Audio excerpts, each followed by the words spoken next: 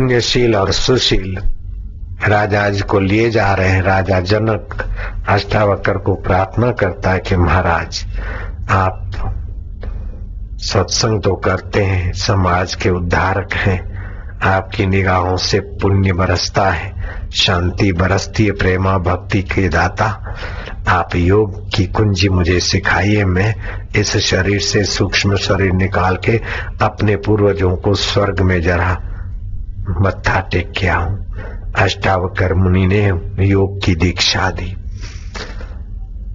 योग की टेक्निक सिखाई। राजा जनक स्वर्ग में गए।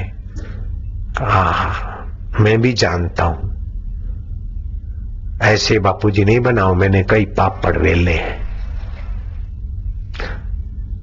पेड़ों पर हवा पीकर जीने वाले संतों से मेरी दोस्ती रही। अदृश्य होने वाले महापुरुषों की मेरे मुलाकात और सानिध्य रहा। नीम के पेड़ को आदेश दे और नीम का पेड़ चल पड़े तो लीलाराम में से लीलाशाह हुए, ऐसे तो मेरे समर्थ सतगुरु भगवान थे।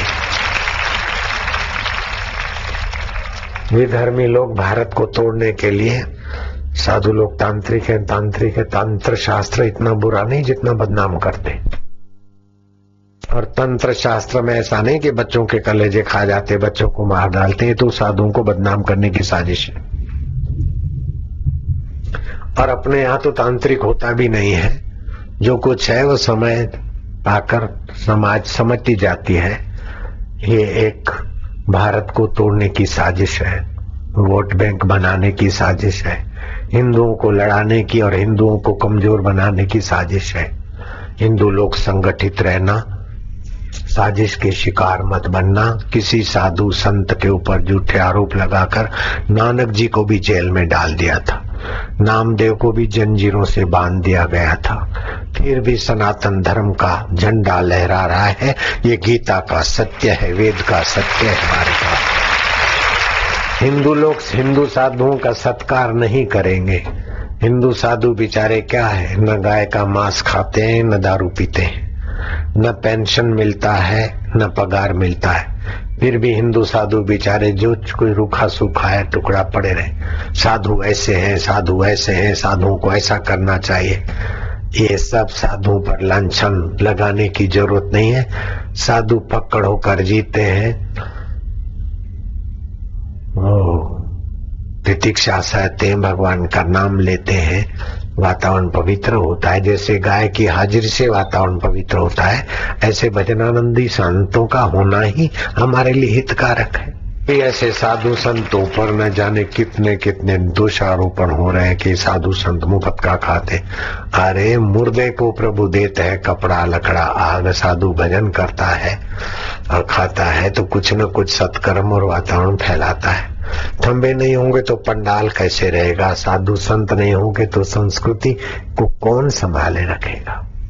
इसलिए साधु संतों का यथा योग्य सम्मान करना चाहिए, उनमें दोष नहीं देखना चाहिए, दोषारोपण नहीं करना चाहिए।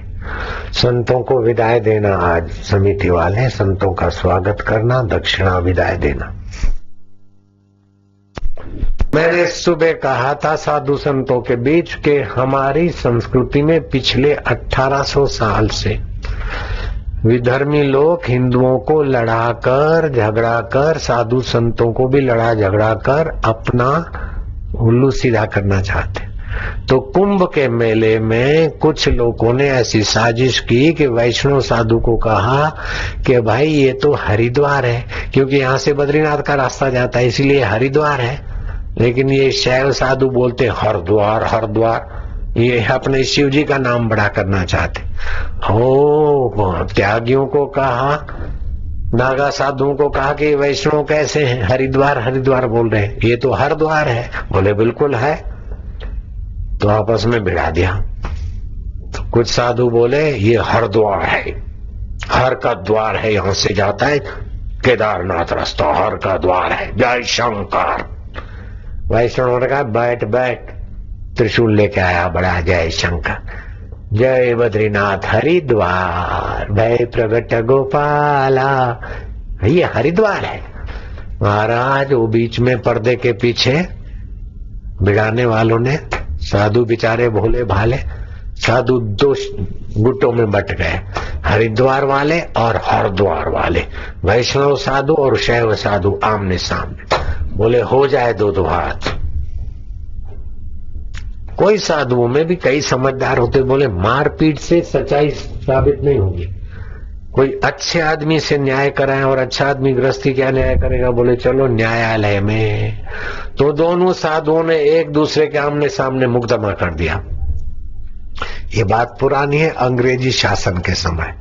और अंग्रेज तो चाहते ही थे कि हिंदुस्तानी आपस में डिवाइड एंड रूल, लड़े झगड़े और हम राज्य करें। और उस हरामी न्यायाधीश ने कई चक्कर खिलाए साधुओं को। खाली ये बताना था कि ये हरिद्वार है कि हरिद्वार है, वही जजमेंट देना था। धक्के खिलाते खिलाते साधुओं को रगड़ते रगड़ते आखिर उस बदमाश अंग्रेज न्यायाधीश ने जजमेंट दिया, this place is not Haridwar, not Haridwar and not Haridwar. इधर मरा हुआ आदमी का हड्डी डालता है। This place is real name is Haridwar.